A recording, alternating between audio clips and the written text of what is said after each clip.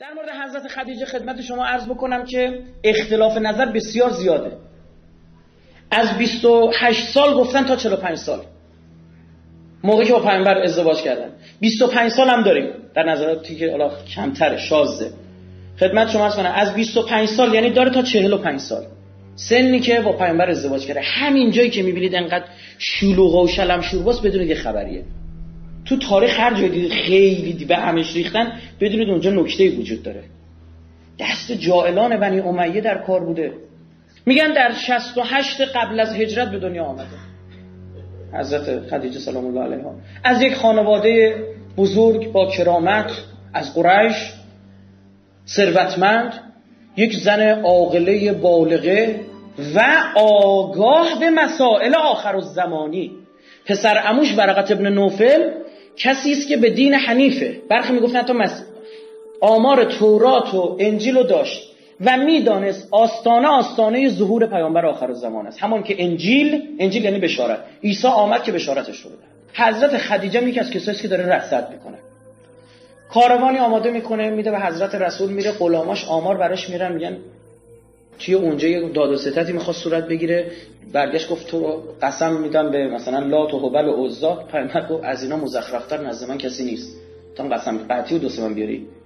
یا ماجرای اون خدمت شما عرض بکنم نحوه برخوردها یا راهبها و کاهنانی که حضرت رو میدیدن میشناختن میگفتن آورد گفت حضرت خدیجه انگار گم شدهش رو پیدا کرد. سریع پیشنهاد ازدواج داد.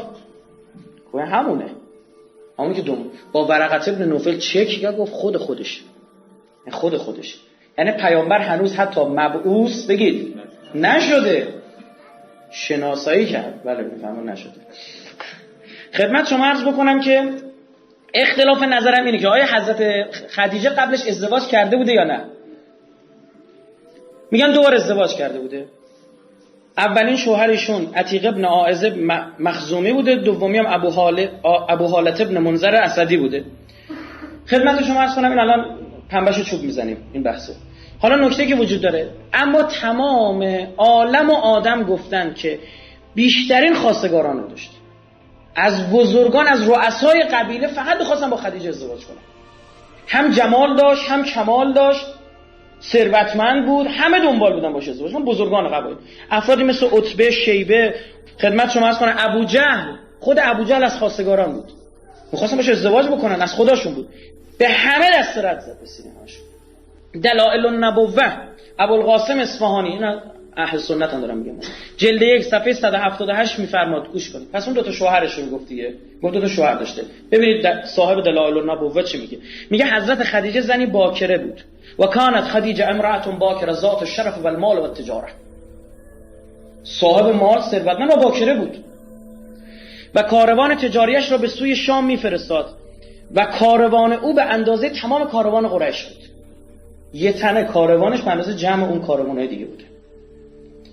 از طرف دیگه تمام مورخان، عموم مورخان و محدثان شیعه و سنی اتفاق نظر دارن که کسی از بزرگان نماند که از خدیجه خواستگاری نکرده باشه و به همه پاسخ منفی داد و دست رد به سینه‌شون زد. اینا مونده بودن ببینن با کی میخواد ازدواج کنه.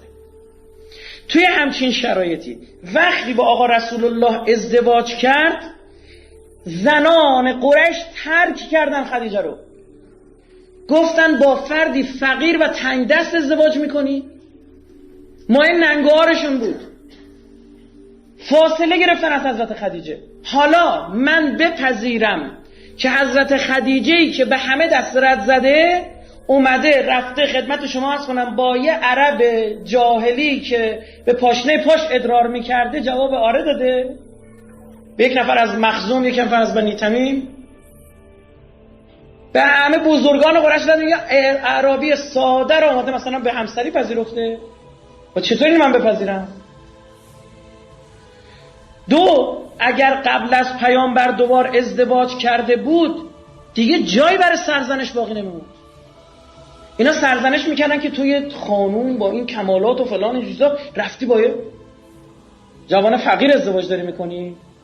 اگه 2 بار ازدواج کرده بود که برعکس این طرفی باید ناز میکرد، برعکسش میشد. پس این ویژگی های حضرت خدیجه داشته. بعد نکته، همینایی که شروع کردن وقتی با حضرت رسول که امینه همه قبول دارن امینه، اما چون فقیره میگن نه. این خانوما زمانی که با اونا ازدواج میکرد چرا سرزنشش نکردن؟ چرا ازش قطع رابطه نکردن؟ پس آقا دستایی تو کار بود یک کلام رو بزنه که چی؟